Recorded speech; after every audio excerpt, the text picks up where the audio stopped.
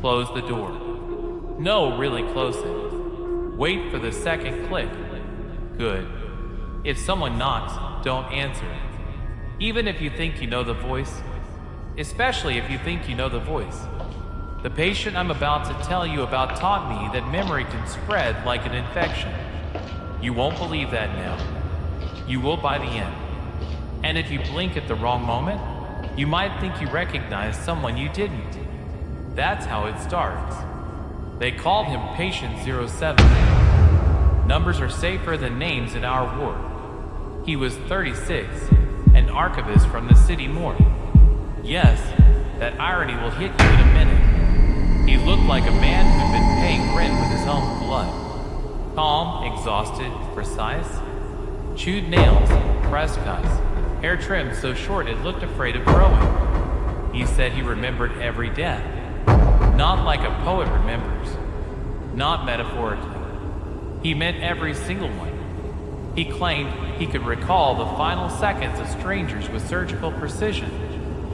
The snap of a ladder rung. The wet gasp of a throat. The metallic air inside a car right before impact. The way bathwater cools 2 degrees before a wrist goes under. He remembered the insects that weren't there yet, but would be by sunrise. I asked if he'd read those cases in more reports. He shook his head. You asked for my history, he said. I'm trying to give you everyone's. The first memory came on a Tuesday that didn't keep its promise. He woke to a voice repeating a date he never lived. June 14th, 1998. Not his birthday. Not an anniversary. It's how she died, he said. He didn't know who she was, but he knew the way her fingers pressed against the tile. The sound of her counting backward from 9, the way kids do when they refuse to sleep. Faces never appeared. He said memory gets shy around truth. We ran tests. Neutral words, no response. Then I read him real obituaries, word by word. His pupils dilated for exactly 7 seconds each time. Perfect rhythm. Trauma leaves fingerprints. This left a signature. He began mentioning details that never made it into public records. A barking dog through a wall. A flickering porch light before a crash. Her pennies clinking in a dead man's pocket. A boy with green shoelaces. When the police confirmed them, he didn't smile like a man proven right. He smiled like someone sentenced who already knew the verdict. Maybe I inherited their exits, he said. Not the lives, just the door they took. His memories expanded outward. City, county, then foreign shores. He spoke words he'd never learned, Polish, Catalan, Russian. Each sentence ended the same way. Where's the key? Where does the fire start? Is the door locked? We recorded everything. Every playback sounded more crowded than before. You could hear someone breathing between his words, someone that wasn't in the room. During one sedated session, he started describing multiple deaths at once. A woman on the stairs, a man in a yellow coat, a child listening for something under the bed. None of them connected. All of them rehearsed. And then he spoke my first name. Not Doctor, my real name, the one not on my badge. He said I would die in an elevator. He even imitated the sound the cable would make when it snapped. He didn't say when. I told myself it was coincidence. That's what fear calls itself when it's too proud to panic. The brain scans look like fireworks over a dead city.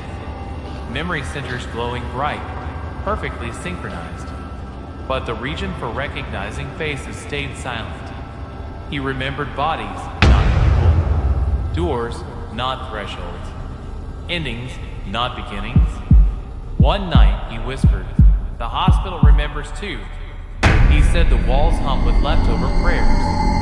He asked me to walk the 4th floor corridor. When we passed room 413, he stopped. She waited for her sister, he said softly. The bus stalled at a green light. The room was empty. Sheets smooth, roster blank.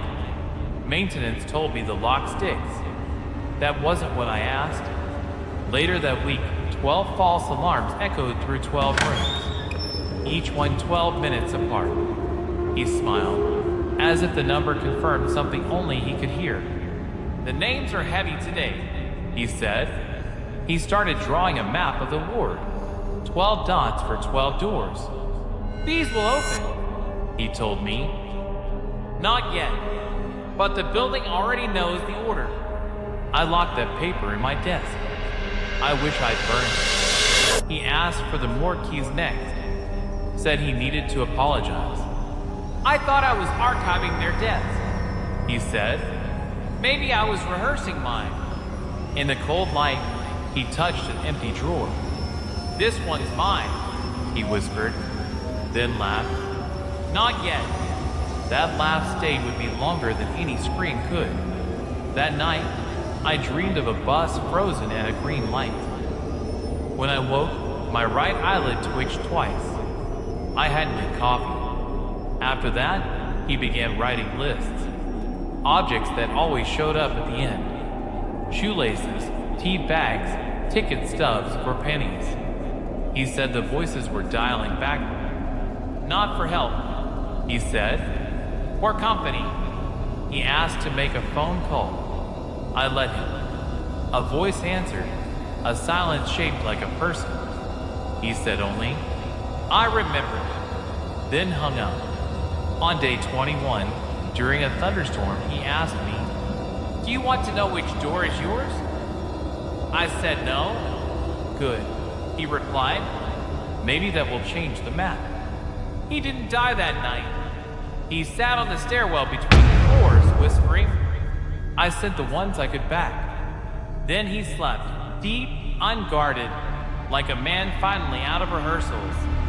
When he woke, he said the memories were gone. False peace. That's always how it feels before the real ending starts. 2 days later, the police found a woman in her apartment. Tea half stirred. Paper bag on the stairs.